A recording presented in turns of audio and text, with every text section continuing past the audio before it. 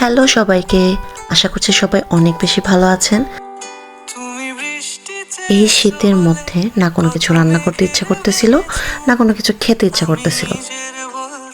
তো হাজব্যান্ডকে বললাম সবজি নুডলস করলে কেমন হয়। আসলে ডিনার টাইমেই করতেছিলাম, কারণ সেদিন আমার বাসা চেঞ্জের জন্য রান্নাবান্না কোনো কিছুই হয়েছিল না। এভাবে সবজি নুডলসটা বেশি খাই। তো এখানে আমি সব রকম সবজি কেটে নিচ্ছিলাম, গাজর, বরবটি।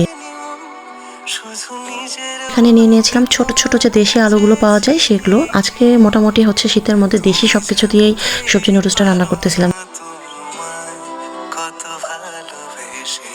অ্যারেঞ্জমেন্ট রেডি, এখন শুধু রান্না করাটা শুরু করতে হবে। এইগুলো অ্যারেঞ্জমেন্ট করতে কিন্তু খুব বেশি কষ্ট হয়েছে, কিন্তু ওই যে কথায় আছে না, মাঝে মাঝে একটু অন্যরকম করে যে কোনো খাবার খেতে ভালো লাগে।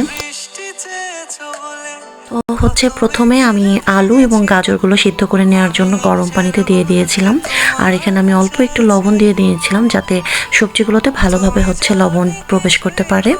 আর দেন হচ্ছে আমি পরবর্তীতে ফুলকপি আর হচ্ছে বরবটি দিয়েছি, কারণ আলু আর গাজরের সাথে যদি ফুলকপি আর বরবটি দিয়ে দিই তাহলে কিন্তু হচ্ছে অনেক নরম হয়ে যাবে ফুলকপিগুলো। ঢাকনা খুলে দেখি সবজিগুলোর এত সুন্দর ফ্লেভার আসছে। তারপর আমি হচ্ছে নুডলসগুলো কেটে রেডি করে রাখতেছিলাম যেন বয়েল হয়ে আসার সাথে সাথে আমি দিয়ে দিতে পারি। অপেক্ষা করতেছিলাম নুডলসগুলো একদম সম্পূর্ণ সেদ্ধ হয়ে যাবে, কিন্তু খুব বেশি নরম যেন না হয়ে যায়। একটা প্যানে তেল গরম করে নিয়েছি, সেই তেলে আমি হচ্ছে পেঁয়াজ এবং পেঁয়াজের ফুলকিগুলো দিয়ে নিচ্ছিলাম।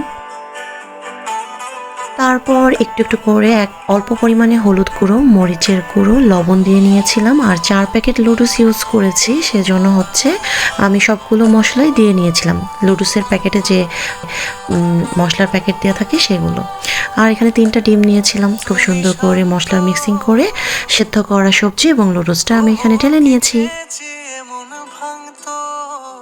বাসার সবার ফেভারিট সবজি নুডলস হয়ে গিয়েছে।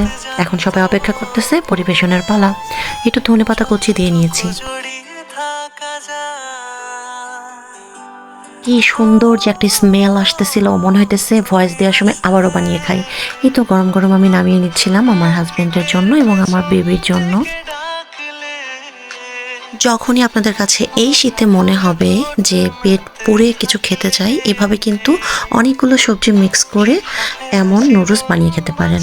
একটু টমেটো না দিলে কিন্তু একটু পিঙ্কিশ ভাব আসে না, এই জন্য আর একটু সুন্দর করতে টমেটো দিয়ে নিলাম। যাই হোক, বাচ্চা এবং হাজবেন্ড দুজনই অপেক্ষা করতেছিল যে কখন আমি তাদের এই মজার নুডলসটা খেতে দিব। আমার ভিডিওটা আজকে এই পর্যন্তই। নুডলসটা কিন্তু ভীষণ মজা হয়েছে, আমি যেভাবে তৈরি করেছি ঠিক সেভাবে তৈরি করে খেয়ে দেখতে পারেন। ভালো থাকবেন সবাই, আল্লাহ হাফেজ।